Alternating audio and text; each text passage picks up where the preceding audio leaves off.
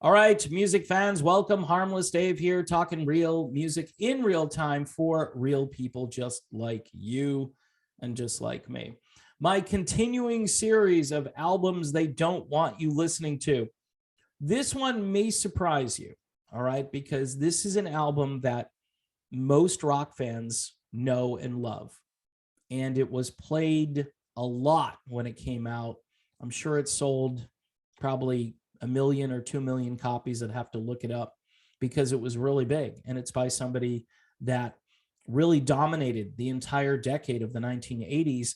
But none of his solo material is really on rock stations anymore. And he's got a whole plethora, a whole bevy of great songs, starting with his first solo album called Pictures at 11. When's the last time you heard Burning Down One Side? When's the last time you heard it? And there are a bunch of other really good songs on that record, but then you get to what? Principle of Moments. And yeah, Big Log and some of the other big tracks from that record. There were a lot of tunes that got rock radio airplay on that one. We get to Shaken and Stirred, which was a little bit more out there and experimental. But again, there are a couple of tracks on there that should be on the radio. Little by Little isn't on the radio, and that is spectacular. Sixes and Sevens, I think, was the other tune that got quite a bit of play. And then it sets the stage for what could be probably one of the best albums of the 1980s, in my humble opinion, Now and Zen. Now you're thinking to yourself, Dave, Now and Zen? Everybody loved Now and Zen. Now and Zen is not a forgotten album. Au contraire. It's just stunning that the guy who used to be, the singer for Led Zeppelin, yeah, it's a resume thing. You just write it on there. It just focus tested. My problem with this is it just got focus tested into oblivion. When's the last time you've heard Tall Cool One anywhere? Now you might hear that song occasionally as like a deep cut. Now it's time for deep cut. Deep cut? The song was even a top 40 crossover. Now it's a deep cut? What? You could put that on a greatest hits kind of radio station because it did make Billboard. Went straight to #1 on rock stations. And again, I complain a lot about where there's no place to put this music. Like the music of the 80s the mainstream rock format started in 1981, where they started really having a chart system.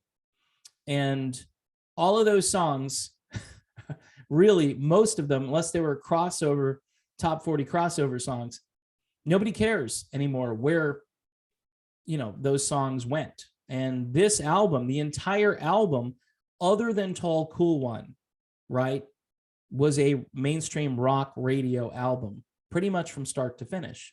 If you look at the track listing, which, again, Heaven Knows starts the album. First song, first single, by the way, came out. We got the song, instantly added it. Mainstream rock stations all over the country, went to #1. Good song, really good leadoff track. Not the best song on the album, but sets the stage for what's coming.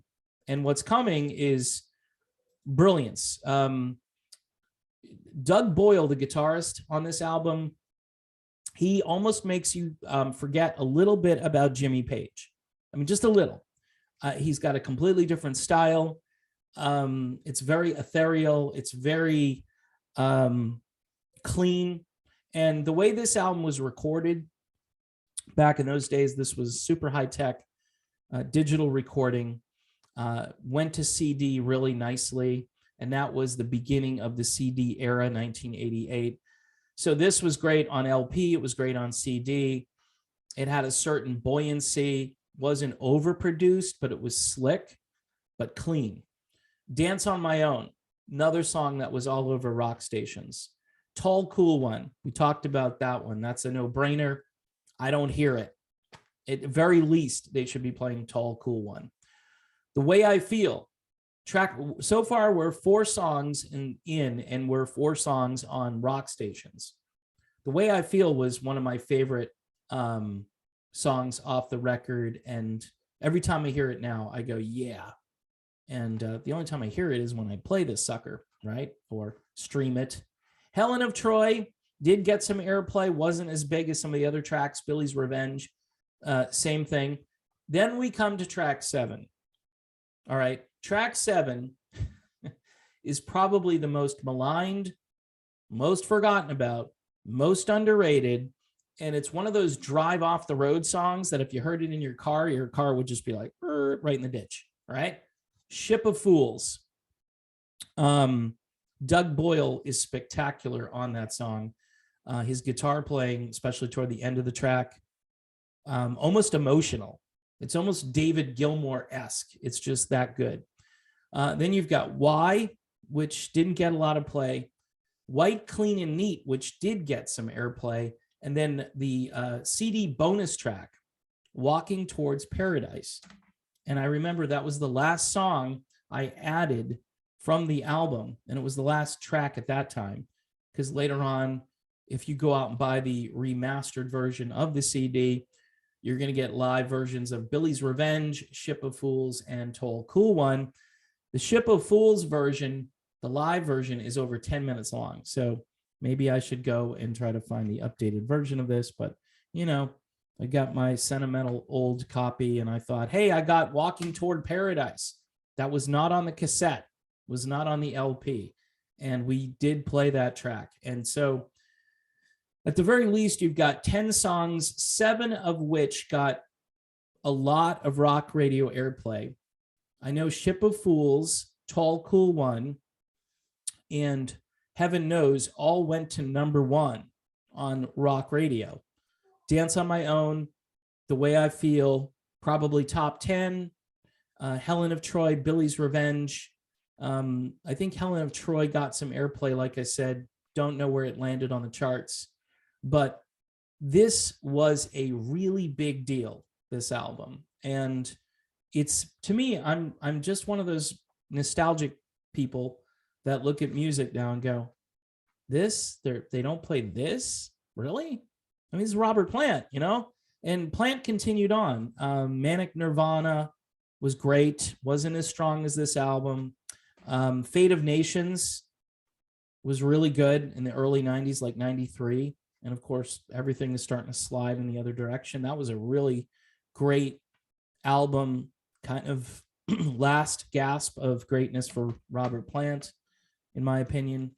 But throughout the entire decade, whether it was Shaken and Stirred, which was different, whether it was Principle of Moments, whether it was, you know, Burning Down One Side, which is a song that I haven't heard on the radio in 35 years, probably 30-something years at least. It's pathetic. It's tragic. And again, if you were feeling a bit of a hangover from losing Led Zeppelin, right around 1980, we all know this story. John Bonham, that's the end. And Plant was very I guess the word is forceful about not continuing Led Zeppelin. And yeah, they had one reunion, maybe 2, I don't even remember, but they had a reunion with Jason. And that would have been the logical thing to do, but everybody's getting older. This stuff is not easy to sing. So I think Plant, even recently with Alison Krauss, has really reinvented himself on a number of occasions. All of these records in the 80s followed that pattern, by the way. They all kind of reinvented his sound on each album. The first album was really close to what Zeppelin was doing toward the end. Principle of Moments kind of was still there a little bit, but was starting to move in a different direction. By the time you get to this, and yes, it was perfectly timed. Some people will say, well, Dave, you know, it's 1988 production. At times it sounds really cheesy. I don't know. I hate that word. I hate when people say it's cheesy or, you know, doesn't have a real, you know, rough and tumble sound.